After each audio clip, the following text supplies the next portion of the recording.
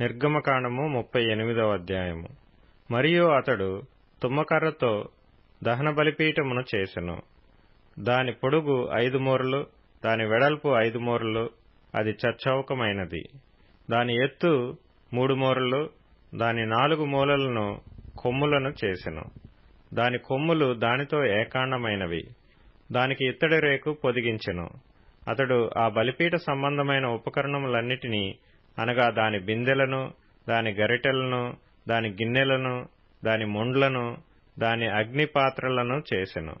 దాని ఉపకరణములన్నిటినీ ఇత్తడితో చేసెను. ఆ బలిపీఠము నిమిత్తము దాని జవ క్రింద దాని నడిమి వరకు లోతుగానున్న వల వంటి ఇత్తడి జల్లెడను చేసెను. మరియు అతడు ఆ ఇత్తడి జల్లెడ యొక్క 4 మూలలలో దాని మోతకర్రలుండు 4 ఉంగరములను పోతపోసెను. ఆ మోతకర్రలను తుమ్మకర్రతో చేసి వాటికి రాగి రేకులు పొదిగించెను. ఆ బలిపీఠమును మోయుటకు దాని ప్రక్కలనున్న ఉంగరములలో ఆ మోతకర్రలు చునిపెను. పలకలతో బలిపీఠమును గుల్లగా చేసెను. అతడు ప్రత్యక్షపు గుడారము యొక్క ద్వారమున సేవింపవచ్చిన సేవకురాండ్ర అద్దములతో ఇత్తడి గంగాళమును, దాని ఇత్తడి పీటను చేసెను. మరియు అతడు ఆవరణము చేసెను. కుడివైపున అనగా దక్షిణ దిక్కున 100 మూరల పొడుగు గలవియు పేనిన సన్ననారవియు నైన తెరలుండెను. వాటి స్తంభములు 20, వాటి ఇత్తడి దిమ్మలు 20. ఆ స్తంభముల వంకులను, వాటి పెండె బద్దలను వెండివి. ఉత్తర దిక్కుననున్న తెరలు 100 మూరలవి. వాటి స్తంభములు 20, వాటి ఇత్తడి దిమ్మలు 20. ఆ స్తంభముల వంకులను, వాటి పెండె బద్దలను వెండివి. పడమటి దిక్కున తెరలు 50 మూరలవి. వాటి స్తంభములు 10, వాటి దిమ్మలు 10. ఆ స్తంభముల వంకులను, వాటి పెండె బద్దలను వెండివి. తూర్పు వైపున అనగా ఉదయపు దిక్కున 50 మూరలు. ద్వారము యొక్క ఒక ప్రక్కను తెరలు 15 మూరలవి. వాటి స్తంభములు 3, వాటి దిమ్మలు 3. అట్లు రెండవ ప్రక్కను అనగా ఇరు ప్రక్కలను ఆవరణ ద్వారమునకు 15 మూరల తెరలు ఉండెను. వాటి స్తంభములు 3, వాటి దిమ్మలు 3. ఆవరణము చుట్టూనున్న దాని తెరలన్నీయు పేనిన సన్ననారవి. స్తంభముల దిమ్మలు రాగివి. స్తంభముల వంకులను, వాటి పెండె బద్దలను వెండివి. వాటి బోధులకు వెండి రేకులు పొదిగింపబడెను. ఆవరణపు స్తంభములన్నీయు వెండి బద్దలతో కూర్పబడెను. ఆవరణ ద్వారపు తెర నీల ధూమ్ర రక్తవర్ణములు గలదియు, పేనిన సన్ననారతో చేయబడినదియు నైన బుటా పనిది. దాని పొడుగు 20 మూరలు, దాని ఎత్తు అనగా వెడల్పు ఆవరణ తెరలతో సరిగా 5 మూరలు. వాటి స్తంభములు 4, వాటి ఇత్తడి దిమ్మలు 4. వాటి వంకులు వెండివి. వాటి బోధులకు వెండి రేకు పొదిగింపబడెను. వాటి పెండె బద్దలు వెండివి. మందిరమునకు దాని చుట్టూనున్న ఆవరణమునకును చేయబడిన మేకులన్నీయు ఇత్తడివి. మందిర పదార్థముల మొత్తము అనగా సాక్ష్యపు మందిర పదార్థముల మొత్తము ఇదే. ఇట్లు వాటిని యాజకుడైన అహరోను కుమారుడగు ఈతామారు లేవీల చేత మోషే మాట చొప్పున లెక్క పెట్టించెను.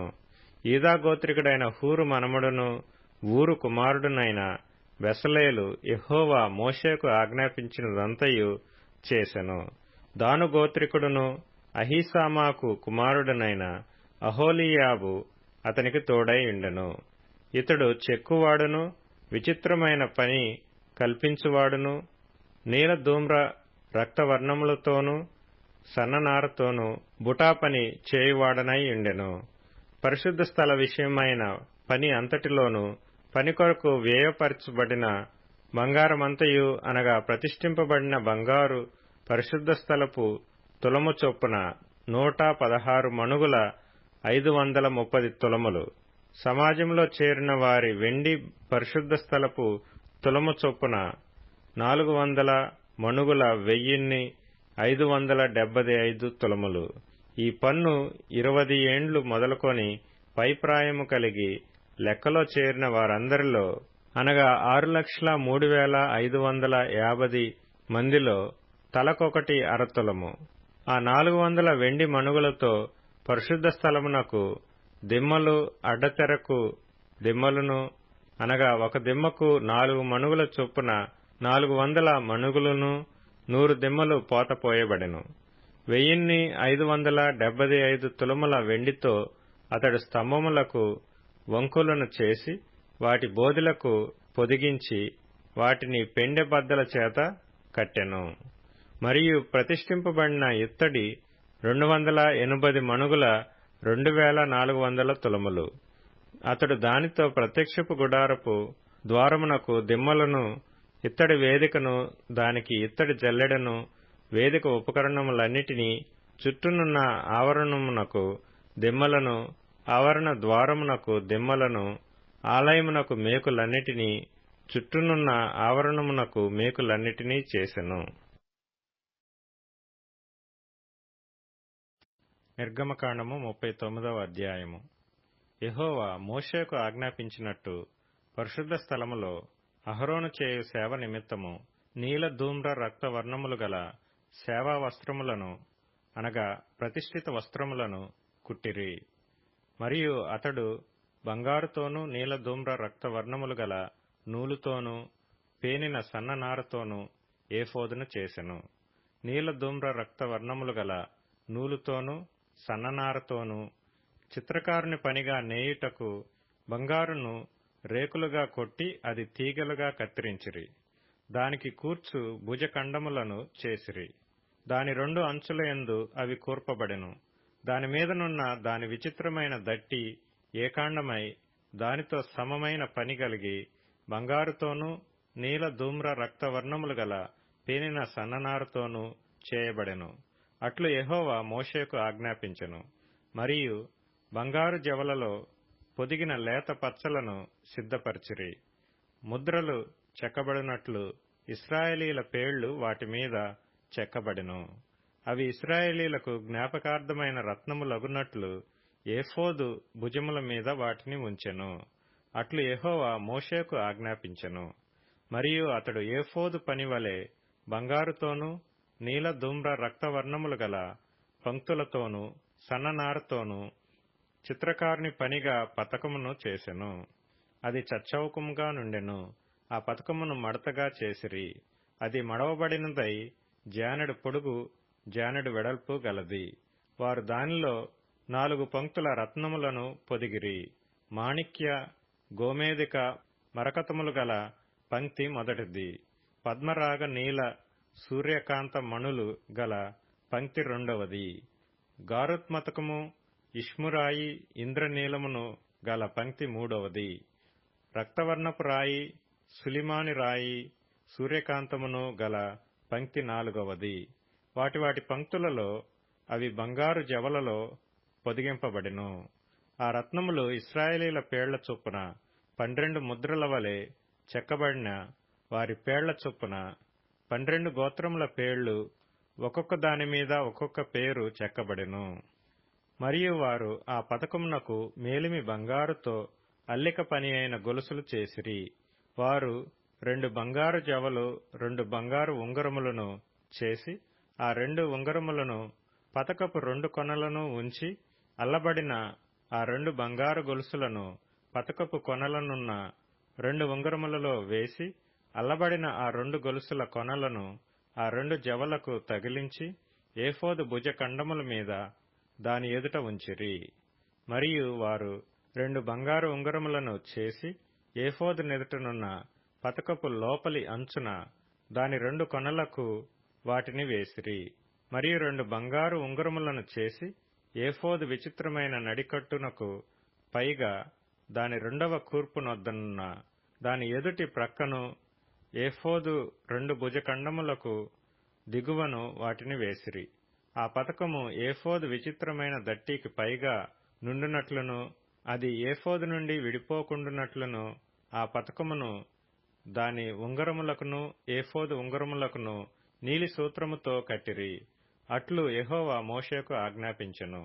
మరియు అతడు ఏఫోదు చొక్కాయి కేవలము నీలి నూలుతో అల్లిక పనిగా చేసెను. ఆ చొక్కాయి మధ్యనున్న రంధ్రము కవచ రంధ్రము వలె ఉండెను. అది చినుగకుండునట్లు దాని రంధ్రమునకు చుట్టూ ఒక గోటు ఉండెను. మరియు వారు చొక్కాయి అంచుల మీద నీల ధూమ్ర రక్త వర్ణములు గల పేనిన నూలుతో దానిమ్మ పండ్లను చేసిరి. మరియు వారు మేలిమి బంగారుతో గంటలను చేసి ఆ దానిమ్మ పండ్ల మధ్యను, అనగా ఆ చొక్కాయి అంచుల మీద చుట్టూనున్న దానిమ్మ పండ్ల మధ్యను ఆ గంటలను పెట్టిరి. యెహోవా మోషేకు ఆజ్ఞాపించినట్లు సేవ చేయుటకు ఒక్కొక్క గంటను ఒక్కొక్క దానిమ్మ పండును ఆ చొక్కాయి అంచుల మీద చుట్టూ ఉంచిరి. మరియు యెహోవా మోషేకు ఆజ్ఞాపించినట్లు వారు అహరోనును అతని కుమారులకును నేత పని అయిన సన్ననార చొక్కాయిలను, సన్ననార పాగాను, అందమైన సన్ననార కుళ్ళాయులను, పేనిన సన్ననార లాగులను, నీలధూమ్ర రక్తవర్ణములు గల పేనిన సన్ననారతో బుటా పని అయిన నడికట్టును చేసిరి.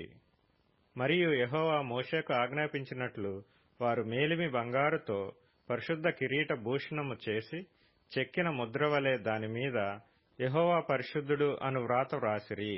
యెహోవా మోషేకు ఆజ్ఞాపించినట్లు పాగాకు మీదుగా కట్టునట్లు దానికి నీలి సూత్రమును కట్టిరి.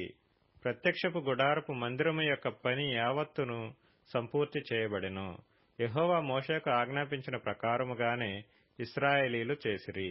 అప్పుడు వారు మందిరమును, గుడారమును, దాని ఉపకరణములన్నిటినీ, దాని కొలుకులను, పలకలను, కమ్ములను, స్తంభములను, దిమ్మలను, ఎరుపు రంగు వేసిన పొట్టేళ్ల తోళ్ల పైకప్పును, సముద్ర వత్సల తోళ్ల పైకప్పును, కప్పు తెరను, సాక్ష్యపు మందసమును, దాని మోత కర్రలను, కరుణాపీఠమును, బల్లను, దాని ఉపకరణములన్నిటినీ, సముఖపు రొట్టెలను, పవిత్రమైన దీప వృక్షమును, సవరించు దాని ప్రదీపములను, అనగా దాని ప్రదీపముల వరసను, దాని ఉపకరణములన్నిటినీ, దీపము కొరకు తైలమును, బంగారు వేదికను, అభిషేక తైలమును, పరిమళ ధూప ద్రవ్యములను, శాలా ద్వారమునకు తెరను, ఇత్తడి బలిపీఠమును, దానికుండు ఇత్తడి జల్లెడను, దాని మోత కర్రలను, దాని ఉపకరణములన్నిటినీ, గంగాళమును, దాని పీటను, ఆవరణపు తెరలు, దాని స్తంభములను, దాని దిమ్మలను,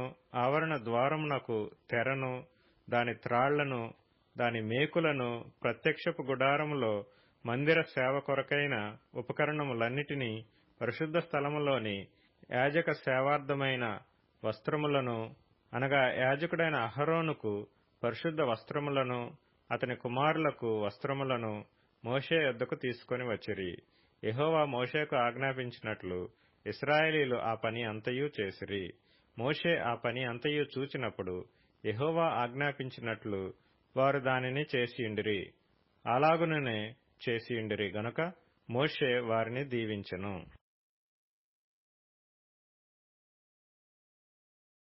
నిర్గమకాండము 40వ అధ్యాయము. మరియు యెహోవా మోషేతో ఇట్లనెను, మొదటి నెలలో మొదటి దినమున నీవు ప్రత్యక్షపు గుడారము మందిరమును నిలువబెట్టవలెను. అచట నీవు సాక్ష్యపు మందసమును నిలిపి ఆ మందసమును అడ్డతెరతో కప్పవలెను. నీవు బల్లను లోపలికి తెచ్చి దానిమీద క్రమముగా ఉంచవలసిన వాటిని ఉంచి దీపవృక్షమును లోపలికి తెచ్చి దాని ప్రదీపములను వెలిగింపవలెను.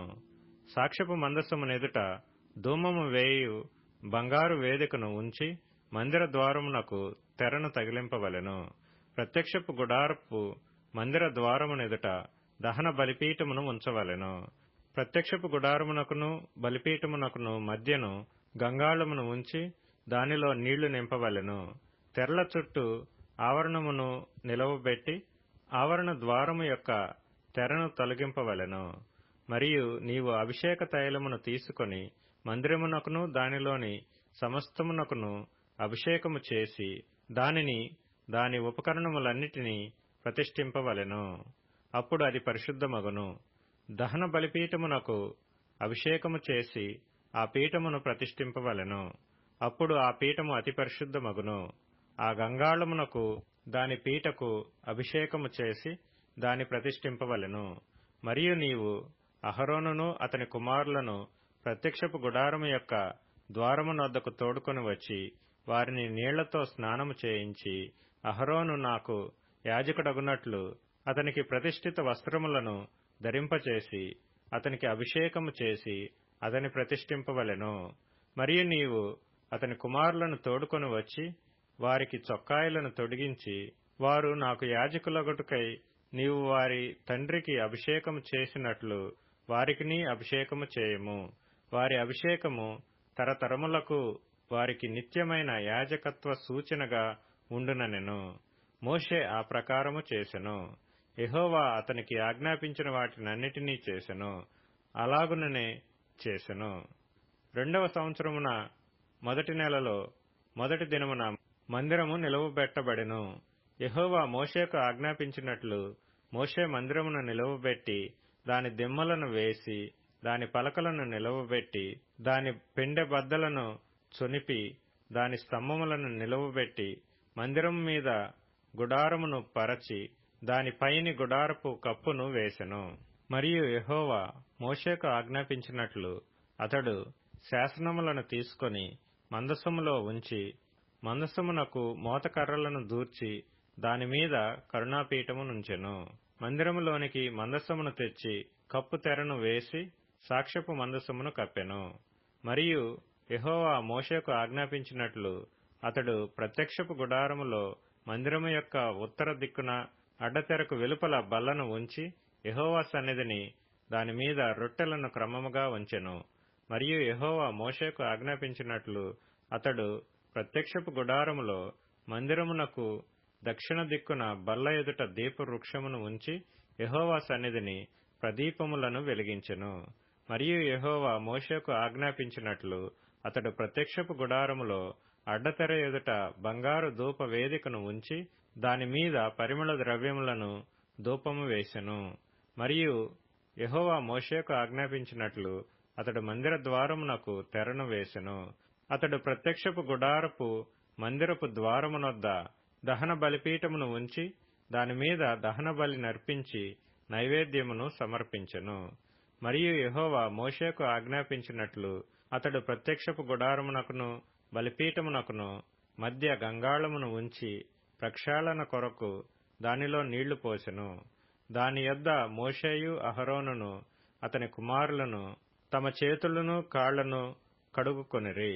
వారు ప్రత్యక్షపు గుడారములోనికి వెళ్ళునప్పుడును బలిపీఠమునకు సమీపించునప్పుడును కడుగుకొనిరి. మరియు అతడు మందిరమునకును బలిపీఠమునకును చుట్టూ ఆవరణమును ఏర్పరచి ఆవరణ ద్వారపు తెరను వేసెను. అలాగున మోషే పని సంపూర్తి చేసెను. అప్పుడు మేఘము ప్రత్యక్షపు గుడారమున కమ్మగా యెహోవా తేజస్సు మందిరమును నింపెను. ఆ మేఘము మందిరము మీద నిలుచుట చేత మందిరము యెహోవా తేజస్సుతో నిండెను. గనుక మోషే ప్రత్యక్షపు గుడారములోనికి వెళ్లలేకుండెను. మేఘము మందిరము మీద నుండి పైకి వెళ్ళునప్పుడెల్లను ఇశ్రాయేలీయులు ప్రయాణమైపోయిరి. ఇదే వారి ప్రయాణ పద్ధతి. ఆ మేఘము పైకి వెళ్లని ఎడల అది వెళ్ళు దినము వరకు వారు ప్రయాణము చేయకుండిరి.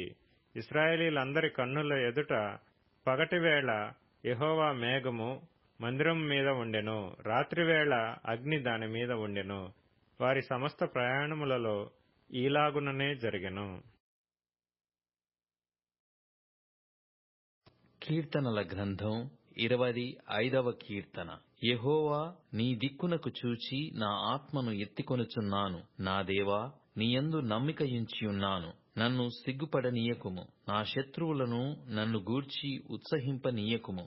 నీ కొరకు కనిపెట్టు వారిలో ఎవడునూ సిగ్గునొందడు. హేతువు లేకుండానే ద్రోహము చేయువారు సిగ్గునొందుదురు. యెహోవా, నీ మార్గములను నాకు తెలియజేయుము. నీ త్రోవలను నాకు తేటపరచుము. నన్ను నీ సత్యము ననుసరింపజేసి నాకు ఉపదేశము చేయుము. నీవే నా రక్షణకర్తవైన దేవుడవు. దినమెల్లా నీ కొరకు కనిపెట్టుచున్నాను. యెహోవా, నీ కరుణాతిశయములను జ్ఞాపకము చేసుకొనుము. నీ కృపాతిశయములను జ్ఞాపకము చేసుకొనుము. అవి పూర్వము నుండి ఉన్నవే గదా. నా బాల్య పాపములను నా అతిక్రమములను జ్ఞాపకము చేసుకొనము. యెహోవా, నీ కృపను బట్టి నీ దయ చొప్పున నన్ను జ్ఞాపకములో ఉంచుకొనుము. యెహోవా ఉత్తముడును యథార్థవంతుడునైయున్నాడు. కావున తన మార్గమును గూర్చి ఆయన పాపులకు ఉపదేశించును. న్యాయ విధులను బట్టి ఆయన దీనులను నడిపించును. తన మార్గమును దీనులకు నేర్పును. ఆయన చేసిన నిబంధనను, ఆయన నియమించిన శాసనములను గైకొను వారి విషయములో యెహోవా త్రోవలన్నీయు కృపాసత్యములై యున్నవి. యెహోవా, నా పాపము బహుఘోరమైనది. నీ నామమును బట్టి దానిని క్షమింపుము. యెహోవా యందు భయభక్తులు గలవాడెవడో వాడు కోరుకొనవలసిన మార్గమును ఆయన వానికి బోధించును. అతని ప్రాణము నెమ్మదిగా ముండును. అతని సంతానము భూమిని స్వతంత్రించుకొనును. యెహోవా మర్మము ఆయన యందు భయభక్తులు గల వారికి తెలిసియున్నది. ఆయన తన నిబంధనను వారికి తెలియజేయును. నా కనుదృష్టి ఎల్లప్పుడూ యెహోవా వైపునకే తిరిగియున్నది. ఆయన నా పాదములను వలలో నుండి విడిపించును. నేను ఏకాకిని, బాధపడువాడను. నా వైపు తిరిగి నన్ను కరుణింపుము. నా హృదయ వేదనలు అతి విస్తారములు. కట్టులో నుండి నన్ను విడిపింపుము. నా బాధను, నా వేదనను కనుగొనుము. నా పాపములన్నిటినీ క్షమింపుము. నా శత్రువులను చూడుము. వారు అనేకులు. క్రూర ద్వేషముతో వారు నన్ను ద్వేషించుచున్నారు. నేను నీ శరణు జొచ్చియున్నాను. నన్ను సిగ్గుపడనీయకుము. నా ప్రాణమును కాపాడుము. నన్ను రక్షింపుము. నీ కొరకు నేను కనిపెట్టుచున్నాను. యథార్థతయు నిర్దోషత్వమును నన్ను సంరక్షించునుగాక. దేవా, వారి బాధలన్నిటిలో నుండి ఇశ్రాయేలీయులను విమోచింపుము. మార్కు సువార్త 1వ అధ్యాయం. దేవుని కుమారుడైన యేసుక్రీస్తు సువార్త ప్రారంభము. ఇదిగో, నా దూతను నీకు ముందుగా పంపుచున్నాను. అతడు నీ మార్గము సిద్ధపరచును. ప్రభువు మార్గము సిద్ధపరచుడి. ఆయన త్రోవలు సరళము చేయుడని అరణ్యములో కేకవేయుచున్న ఒకని శబ్దము అని ప్రవక్తయైన యెషయా చేత వ్రాయబడినట్టు బాప్తిస్మమిచ్చు యోహాను అరణ్యములో ఉండి పాపక్షమాపణ నిమిత్తము మారుమనస్సు విషయమైన బాప్తిస్మము ప్రకటించుచూ వచ్చెను. అంతటా యూదయ దేశస్థులందరును యెరూషలేము వారందరును బయలుదేరి అతని యొద్దకు వచ్చి తమ పాపములను ఒప్పుకొనుచు యోర్దాను నదిలో అతని చేత బాప్తిస్మము పొందుచుండిరి. యోహాను ఒంటె రోమముల వస్త్రమును మొలచుట్టు తోలుదట్టియు ధరించుకొనువాడు. అడవి తేనెను మిడతలను తినువాడు. మరియు అతడు, నాకంటే శక్తిమంతుడొకడు నా వెనుక వచ్చుచున్నాడు. నేను వంగి ఆయన చెప్పుల వారును విప్పుటకు పాత్రుడను కాను. నేను నీళ్లలో మీకు బాప్తిస్మమిచ్చి తిని గాని ఆయన పరిశుద్ధాత్మలో మీకు బాప్తిస్మమిచ్చునని చెప్పి ప్రకటించుచుండెను. ఆ దినములలో యేసు గలిలయలోని నజరేతు నుండి వచ్చి యోర్దానులో యోహాను చేత బాప్తిస్మము పొందెను. వెంటనే ఆయన నీళ్లలో నుండి ఒడ్డునకు వచ్చుచుండగా ఆకాశము చీల్చబడుటయు పరిశుద్ధాత్మ పావురము వలె తన మీదికి దిగివచ్చుటయు చూచెను. మరియు నీవు నా ప్రియకుమారుడవు, నీ యందు నేనానందించుచున్నానని ఒక శబ్దము ఆకాశము నుండి వచ్చెను. వెంటనే పరిశుద్ధాత్మ ఆయనను అరణ్యములోనికి త్రోసికొని పోయెను. ఆయన సాతాను చేత శోధింపబడుచు అరణ్యములో 40 దినములు అడవి మృగములతో కూడా నుండెను. మరియు దేవదూతలు ఆయనకు పరిచర్య చేయుచుండిరి. యోహాను చెరపట్టబడిన తరువాత యేసు, కాలము సంపూర్ణమయ్యున్నది, దేవుని రాజ్యము సమీపించియున్నది, మారుమనస్సు పొంది సువార్త నమ్ముడని చెప్పుచు దేవుని సువార్త ప్రకటించుచు గలిలయకు వచ్చెను. ఆయన గలిలయ సముద్ర తీరమున వెలుచుండగా సీమోను సహోదరుడగు ఆంద్రెయయు సముద్రములో వలవేయుట చూచెను. వారు జాలరులు. యేసు, నా వెంబటి రండి, నేను మిమ్మును మనుష్యులను పట్టు జాలరులనుగా చేసెదనని వారితో చెప్పెను. వెంటనే వారు తమ వలలు విడిచి ఆయనను వెంబడించిరి. ఆయన ఇంకా కొంత దూరము వెళ్లి జెబెదయి కుమారుడగు యాకోబును అతని సహోదరుడగు యోహానును చూచెను. వారు దోణిలో ఉండి తమ వలలు బాగు చేసుకొనుచుండిరి. వెంటనే ఆయన వారిని పిలువగా వారు తమ తండ్రి అయిన జెబెదయిని దోణిలో జీతగాండ్ర యొద్ద విడిచిపెట్టి ఆయనను వెంబడించిరి. అంతట వారు కపెర్నహూములోనికి వెళ్ళిరి. వెంటనే ఆయన విశ్రాంతి దినమున సమాజ మందిరములోనికి పోయి బోధించెను. ఆయన శాస్త్రుల వలెగాక అధికారము గలవాని వలె వారికి బోధించెను గనుక వారు ఆయన బోధకు ఆశ్చర్యపడిరి. ఆ సమయమున వారి సమాజ మందిరములో అపవిత్రాత్మ పట్టిన మనుష్యుడొకడుండెను. వాడు నజరేయుడగు యేసు మాతో నీకేమి? మమ్ము నశింపజేయుటకు వచ్చితివా? నీవెవడవో నాకు తెలియను. నీవు దేవుని పరిశుద్ధుడవు అని కేకలు వేసెను. అందుకు యేసు, ఊరకుండుము, వానిని విడిచిపొమ్మని దానిని గద్దింపగా ఆ అపవిత్రాత్మ వానిని విలవిలలాడించి పెద్ద కేక వేసి వాని విడిచిపోయెను. అందరును విస్మయమొంది, ఇదేమిటో, ఇది క్రొత్త బోధగా ఉన్నదే, ఈయన అధికారముతో అపవిత్రాత్మలకును ఆజ్ఞాపింపగా అవి ఆయనకు లోబడుచున్నవని ఒకనితో ఒకడు చెప్పుకొనిరి. వెంటనే ఆయనను గూర్చిన సమాచారము త్వరలో గలిలయ ప్రాంతములందంతటా వ్యాపించెను. వెంటనే వారు సమాజ మందిరములో నుండి వెళ్లి యాకోబుతోనూ యోహానుతోనూ సీమోను ఆంద్రయ అనువారి ఇంట ప్రవేశించిరి. సీమోను అత్త జ్వరముతో పడియుండగా వెంటనే వారామెను గూర్చి ఆయనతో చెప్పిరి. ఆయన ఆమె దగ్గరకు వచ్చి చేయి పట్టి ఆమెను లేవనెత్తెను. అంతటా జ్వరము ఆమెను వదలెను గనుక ఆమె వారికి ఉపచారము చేయసాగెను. సాయంకాలము ప్రొద్దుగుంకినప్పుడు జనులు సకల రోగులను, దయ్యములు పట్టిన వారిని ఆయన యొద్దకు తీసుకుని వచ్చిరి. పట్టణమంతయు ఆ ఇంటి వాకిట కూడియుండెను. ఆయన నానావిధ రోగముల చేత పీడింపబడిన అనేకులను స్వస్థపరిచి అనేకమైన దయ్యములను వెళ్లగొట్టెను.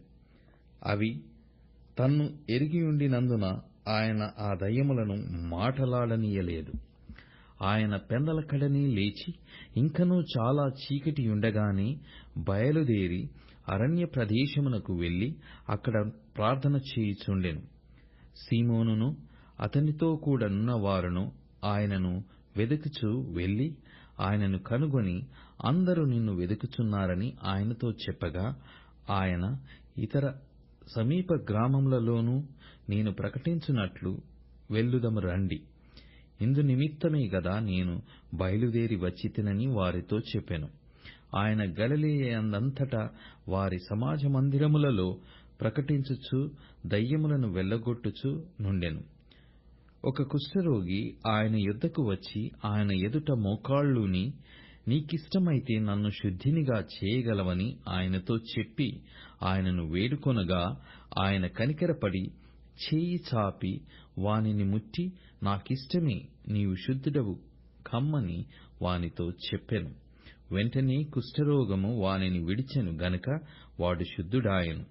అప్పుడాయన ఎవనితోనూ ఏమీయూ చెప్పకు సుమీ, కాని నీవు వెళ్లి వారికి సాక్షార్థమై నీ దేహమును యాజకునికి కనపరుచుకుని, నీవు శుద్ధుడవైనందునకు మోషే నియమించిన కానుకలను సమర్పించుమని వానికి ఖండితముగా ఆజ్ఞాపించి వెంటనే వానిని పంపివేసెను.